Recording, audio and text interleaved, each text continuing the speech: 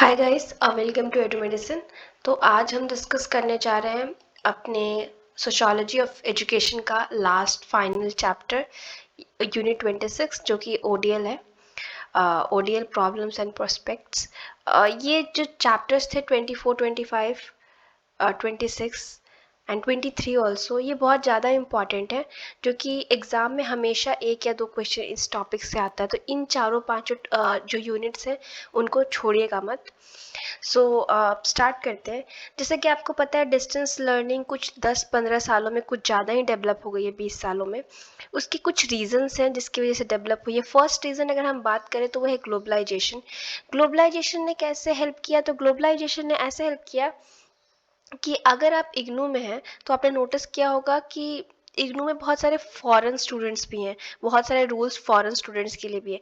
Around 15 to 20 I think countries, numbers गलत भी हो सकते हैं, मुझे ध्यान नहीं है, पर करीब 20 से 25 कंट्रीज़ में इग्नू अवेलेबल है।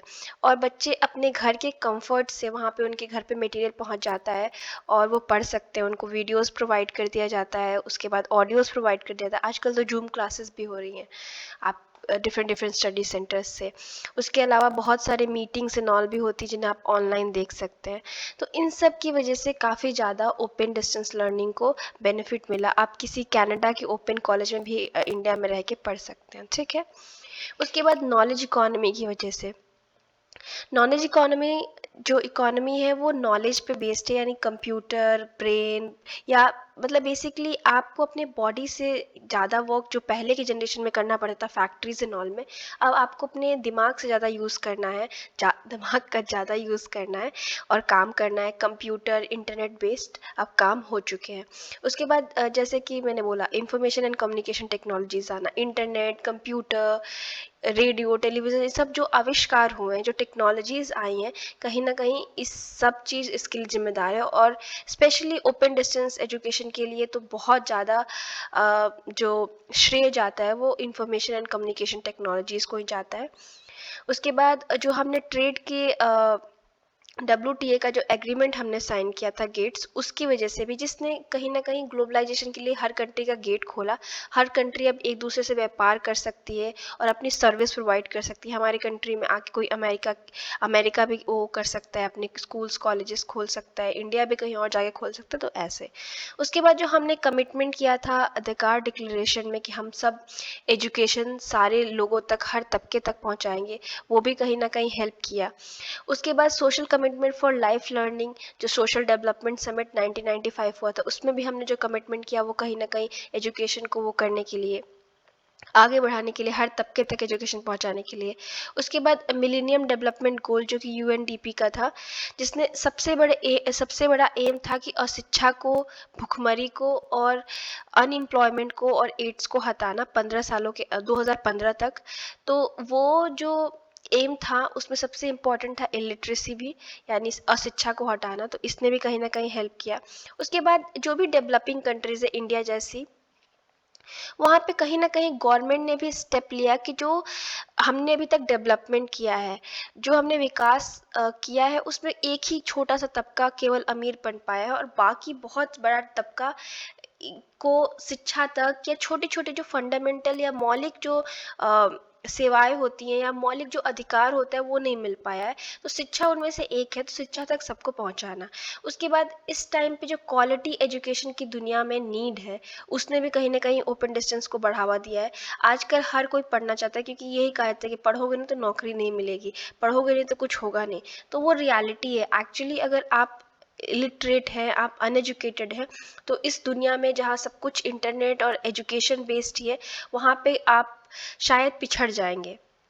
उसके बाद कमर्शलाइजेशन ऑफ एजुकेशन।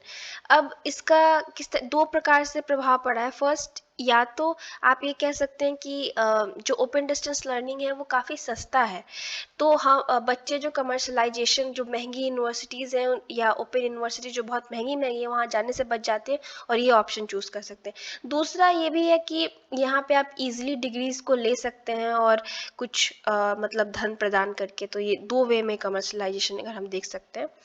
उसके बाद ओडीएल सिस्टम फ्लेक्सिबल होता है। आप जब मर्जी एडमिशन लीजिए, जब मर्जी आप एग्ज़ाम दीजिए, जब मर्जी असाइनमेंट दीजिए, अटेंडेंस का कोई वो खास वो नहीं होता है। ये सब चीज़ें आप जो ओपन यूनिवर्सिटीज़ नहीं होती यानी रेगुलर यूनिवर्सिटीज़ होती हैं उनमें नहीं कर सकते, और वो बहुत कम भी हैं। जो इतनी जो पॉपुलेशन आ रही है उन सबको एक साथ हम रेगुलर यूनिवर्सिटीज़ में पढ़ा भी नहीं सकते। उसके बाद dilemma between social commitment and market requirement. देखिए, जब ओडीएल शुरू हुआ तो सबसे बड़ा कमिटमेंट उसका यही था कि वो हर तबके तक पहुँचे, वो weaker section, women weaker section जहाँ तक शिक्षा नहीं पहुँच पाया है वहाँ तक पहुँचाए और हर किसी को शिक्षित करे। लेकिन समय के साथ ओडीएल थोड़ा मार्केट ड्रिवन भी होता जा रहा है। क्या रीज़न है कि ऐसे कोर्सेज अब आने लगे हैं, या सोसाइटी ऐसे होने लगी है कि फास्ट हमें चीज़ें चाहिए, या मार्केट में जैसे एमबीए की बहुत डिमांड है, इंजीनियरिंग की बहुत डिमांड है, तो ऐसे कोर्सेज डेवलप करना। तो एक चीज़ जो ओडीएल अभी भी अपना सही से करता है कि वो बैलेंस चलाया है, बैलेंस के बीच में है। मतलब मार्केट वाले कोर्स भी आपको मिल जाएंगे, मार्केट की तरह भी काम करता है थोड़ा, जिस तरीके से मार्केट की नीड है, और थोड़ा अपना वो जो उसका बेस है उसे भी बचा के रखा है कि वो छोटे छोटे वर्गों तक भी पहुंच सके। जैसे आप कहीं भी देश के कोने में रहते हैं आप इग्नू से कर सकते हो, और इग्नू का फीस बहुत ही कम है। यहाँ हम केवल इग्नू का एग्जांपल ले रहे हैं बिकॉज ऑफ कोर्स हम इग्नू में पढ़ते हैं। उसके बाद दूसरा इसने ये भी किया कि ऐसे कोर्सेज लाइक एमबीए और बीएड और ऐसे कोर्सेज भी निकाले जिसकी मार्केट में डिमांड थी, जिसकी फ़ीस भी काफ़ी हाई है, ऐसे कम फीस में नहीं। आई थिंक बीएड का कुछ 50,000 या 40,000 फीस है। तो मार्केट मतलब इसने बैलेंस बना दिया कि लोगों तक पहुंचना भी है और मार्केट अकॉर्डिंग भी बनाना है। तो दोनों मामले में कहीं ना कहीं ओडीएल दोनों में बैलेंस चला के चल रहा है। उसके बाद क्वालिटी अश्योरेंस। तो सबसे ज़्यादा जो कंसर्न टेंशन की चीज़ है कि क्या जो इस तरीके से हमें प्रोवाइड किया जा रहा है ओपन डिस्टेंस एजुकेशन, क्या उसमें हमें क्वालिटी मिल रही है। तो देखिए, इसको बहुत लोग बोलते हैं कि इंडस्ट्रियल टाइप का सिस्टम है, ठीक है। तो फर्स्ट ऑफ ऑल हम समझ लेते हैं क्वालिटी का मतलब क्या होता है। क्वालिटी मतलब एरर फ्री, कोई उसमें गलती नहीं होनी चाहिए। ऐसा प्रोडक्ट या कोई सर्विस, ऐसा सामान या कोई सेवा जो आपकी जो एक्सपेक्टेशन है, मान लीजिए आप मास्टर्स कर रहे हैं तो आपकी एक्सपेक्टेशन है कि आप मास्टर्स करके निकल रहे हैं सोशोलॉजी से, तो आपको सोशोलॉजी का अच्छा खासा ज्ञान होना चाहिए। आप यूजीसी नेट जैसे एग्जाम्स को क्लियर कर सके, या यूपीएससी जैसे एग्जाम देना चाहते हैं तो क्लियर कर सके, ये आपकी एक्सपेक्टेशन है। अगर इग्नू का कोर्स मटेरियल आपकी ये फुलफिल कर रहा है, इसका मतलब इसकी क्वालिटी अच्छी है। तो क्वालिटी हम इस तरीके से समझ सकते हैं, ठीक है। तो जो ओटो पीटर थे उन्होंने बताया था कि जो ये ओपन एजुकेशन है वो इंडस्ट्रियलाइज्ड फॉर्म ऑफ एजुकेशन है, जहाँ पे डिफरेंट डिफरेंट टेक्नोलॉजी यूज़ की जाती है हर लेवल पे, और हर किसी के काम बांटे हुए हैं, ठीक है। जैसे कौन कंटेंट के एक्सपर्ट है जो कंटेंट लिखेंगे, कौन उसको देखेगा कंटेंट में गड़बड़ नहीं है, कौन मटेरियल छापेगा, कौन मटेरियल को डिफरेंट डिफरेंट सेंटर्स पे भेजेगा, फिर सेंटर कैसे लोगों के घर तक पहुंचाएगा। तो मतलब सब कुछ एकदम सिस्टम में काम करता है इंडस्ट्रीज की तरह। जैसे कि साबुन बनाना तो साबुन में क्या जाएगा, क्या पड़ रहा है, कैसे बन रहा है, कहाँ पैकिंग हो रही है, सब अलग अलग होती है वैसे ही। उसके बाद अगर हम एकेडमिक कॉन्टेक्स्ट में देखें क्वालिटी की बात, तो देखिए इसमें ज़्यादातर सेल्फ इंस्ट्रक्शन कोर्सेज होती हैं। मतलब हमारी मटेरियल्स होती हैं ऐसी डिज़ाइन होती हैं कि बेसिकली आप खुद से पढ़ के समझ लें। उसमें क्वेश्चंस भी ऐसे पूछ जाते हैं जैसे कि टीचर हमसे बात कर रहा हो, इस टाइप की वो होते हैं। और साथ में स्टूडेंट को सपोर्ट सिस्टम प्रोवाइड किया जाता है अगर कुछ उसे प्रॉब्लम हो तो। अब ये डिफरेंट डिफरेंट हमको चीज़ें मिल जाती हैं यहाँ पे, जैसे स्टडी मटेरियल प्रिंट में भी मिलेगा, मतलब किताबें जो हमें आती हैं, ऑडियो वीडियोस भी मिल जाते हैं जो कि आपको इग्नू के अलग अलग साइट्स पे मिलेंगे। काउंसलिंग, काउंसलिंग आप तो स्टडी सेंटर पे जाके करवा सकते हैं, अभी तो आई थिंक ऑनलाइन चल रहा है।